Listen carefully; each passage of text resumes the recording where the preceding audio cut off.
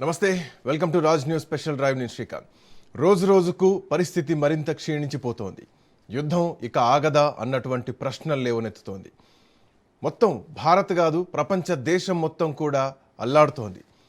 నిన్న రాత్రి జరిగినటువంటి దాడుల్లో గత 24 గంటల్లో ఇరాన్ లక్ష్యంగా 140 ప్రాంతాల్లో అమెరికా దాడులకు దిగబడింది.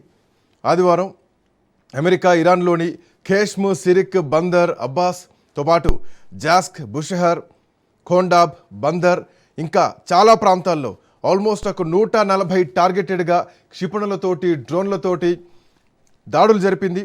అయితే దీనికి రియాక్ట్ అవుతూ అటు కువైట్తో పాటు బహ్రెయిన్లో అమెరికా సైనిక స్థావరాలు ఎక్కడున్నాయో వాటిపైన కూడా దాడి చేసినట్టు ఇరాన్ ఇవాళ ప్రకటించింది.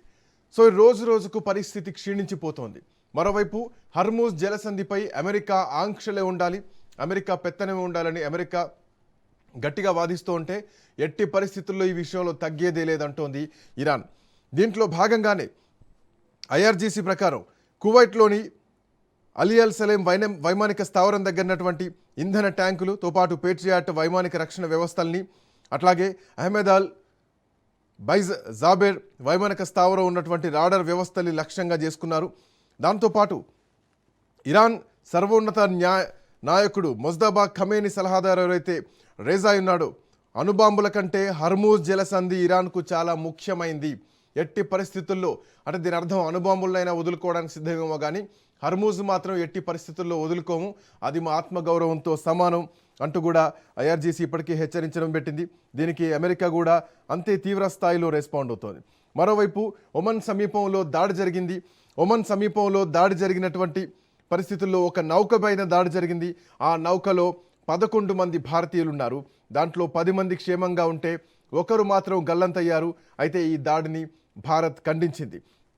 ఒమన్ తీరంలో ఉన్నటువంటి జిఎఫ్ఎస్ గెలాక్సీ అనేటువంటి వాణిజ్య నౌక పైన దాడి జరిగింది. ఈ నౌకలో 11 మంది భారతీయులు ఉన్నారంటూ భారత విదేశాంగ మంత్రిత్వ శాఖ ఇప్పటికే చెప్పడం జరిగింది.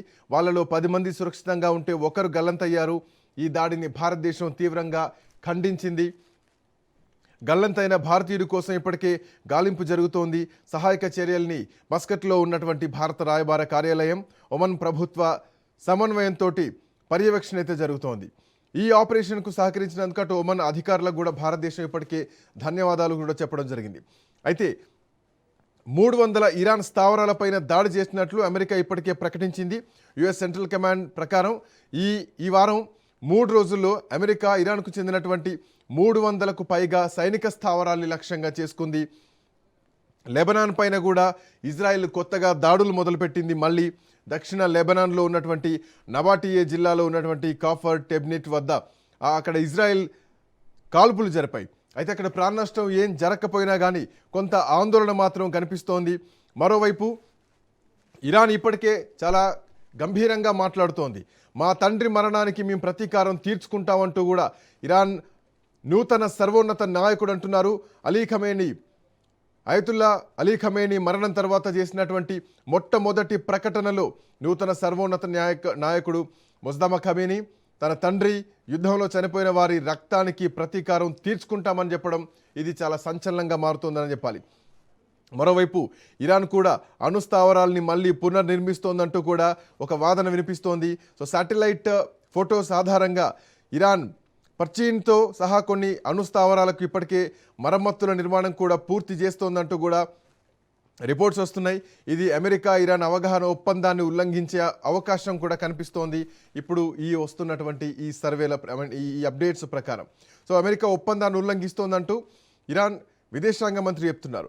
సో ఈ రాత్రి జరిగినటువంటి దాడి వాస్తవానికి చాలా తీవ్రమైనటువంటి దాడని చెప్పాలి.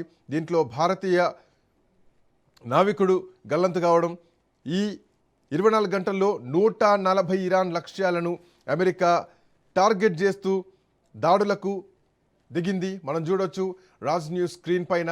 సో హర్మూజ్ జలసంధి పైన నౌకల పైన జరిగినటువంటి దాడితో పాటు రాత్రి జరిపినటువంటి దాడులకు సంబంధించినటువంటి విజువల్స్.